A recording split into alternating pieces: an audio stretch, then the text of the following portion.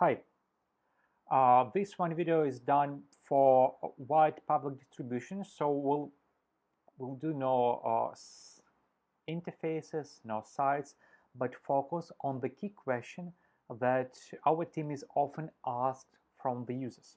What's the big difference between cost updates, frequency, or granularity? Today we'll talk about the importance and the impact of cost update granularity, campaign versus ad set or ad group versus ad in Facebook as an example. But the same logic, of course, will apply to all the other ad networks you might be using.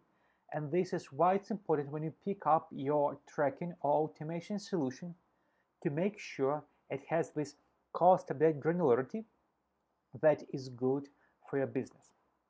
So, the example, we have our Facebook campaign remarketing across some of the regions, and this campaign for the ease of presentation has two ads. One is dynamic, one is static.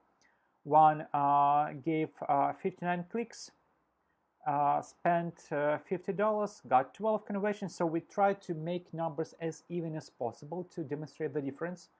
With the CPA, this one got only 10 clicks for $25, 2 conversions, the CPC, the CPA. So this is your Facebook data, and let's assume that your tracker or your automation tool has captured all the conversions accurately, managed to pass them back to Facebook also accurately, and these are the numbers that Facebook shows to you, so they are consistent. Because if we consider the inconsistency between bottom line numbers, tracker numbers, and Facebook numbers, this becomes even bigger mess. So let's imagine the conversion numbers are consistent. So how all those tools work? They either use IDs of the ads, we're talking about ad level cost updates, and all the names, which is a bad option. Let's assume they actually use IDs. So within the data in the tracker, 59 clicks, they will get all the clicks with specific ad ID, will reach out to Facebook, will fetch all those costs for those clicks, basically by the ad ID, and will write this number down into the tracker. So the basically cost will be 50 for this one, and thus in the tracker cost per click will be this one. No, it's not this one. This will be cost per conversion, sorry. Cost per click will be this one. Long day today, sorry, and start again.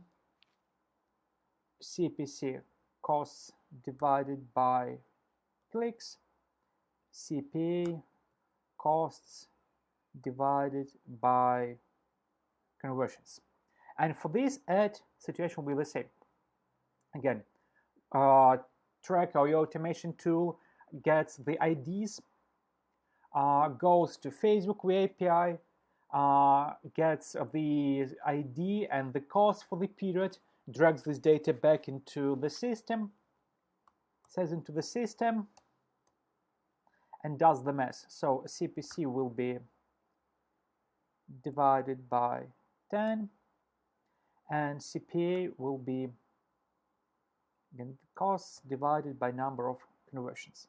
And of course, on the more granular level, Facebook does its own aggregation, combining these data points, combines these data points, and actually the numbers would match on the ad level and on the ad set level, and if you have multiple ad sets on the campaign level. And so you can make some decisions. Okay, probably if you want to shut down, for example, an ad whether manual or automatically, you'll say, okay, I'll definitely shut it down static ad and keep dynamic ad running. Because there's just no sense to spend that much for CPA, unless of course it's still within your range and you want to let it get more results. However, what happens if you update costs on the ad set level. The logic is the same. Your tracker gets this ad set ID. Let's get it ad set name. So it gets this ad set ID or name, but I hope they do updates on the ID level, and it goes into the Facebook and reads the costs on the ad set level. And what it does the costs on the ad set level. So now it writes costs as to 75. Let's say again 75. And does some result mathematics. But how it will apply these data to the ads that I hope your tracker can actually capture and display in the statistics if the costs are only on the ad set level. It starts to play the average number games. So there is total clicks 69 across these two ads. So the average CPC is 109. So in that case, the cost of this ad for the same period would become 59 multiplied by average cost across all those ads. Same here, 10 multiply by average costs of all those clicks. And you can already guess where it's going. So the cost discrepancy is already huge. But that's not what is bad.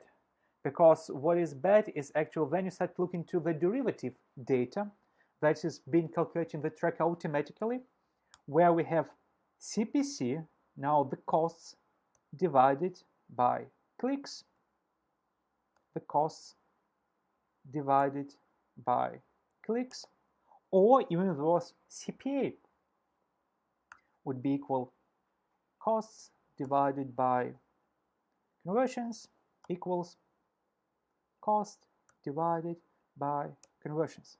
So in this world, if you start to update costs on the ad set level, the CPAs are pretty much the same. And you're not actually urged to shut this down because, hey, well, it's a bit bad, but it still performs, right? In the same range, it's acceptable. But it's not, because you are updating costs on the ad set level, and the average numbers actually skewed your perception of the actual things. And it's good that in our imaginary scenario, we actually have Facebook data being accurate, all the conversion side Facebook, and you can compare the data in Facebook, see, yeah, this ad is actually bad, we need to shut it down, you shut it down.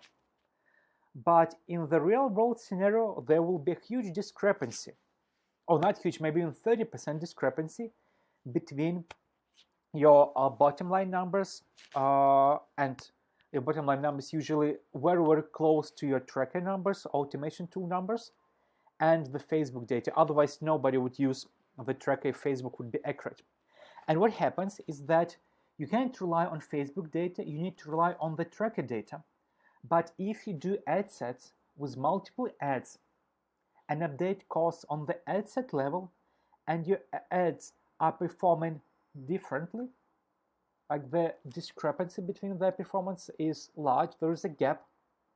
If you would apply ad set level cost update towards ads using this logic, because there is no other way to do it, if you have only ad set level costs, then the end result would be totally wrong information for the decision making.